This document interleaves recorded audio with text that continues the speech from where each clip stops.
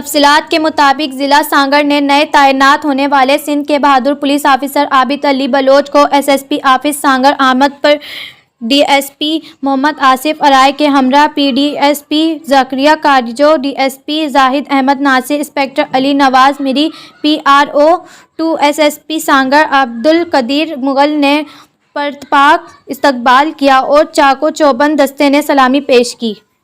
Abid Ali Bloch SSP Sanghar ने बतौर SSP जिला सांगड़ का चार्ज संभाल लिया। जराइम पेशा मुंशियात फरोश अनासिर के खिलाफ जारी कार्रवाइयों में मजीद तेजी लाई जाएगी।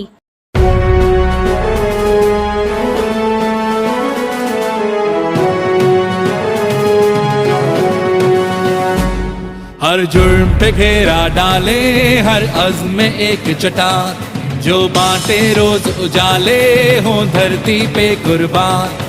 हर जुर्म पे घेरा डाले, हर अज़्म में एक चट्टान, जो बांटे रोज उजाले हो धरती पे कुर्बान।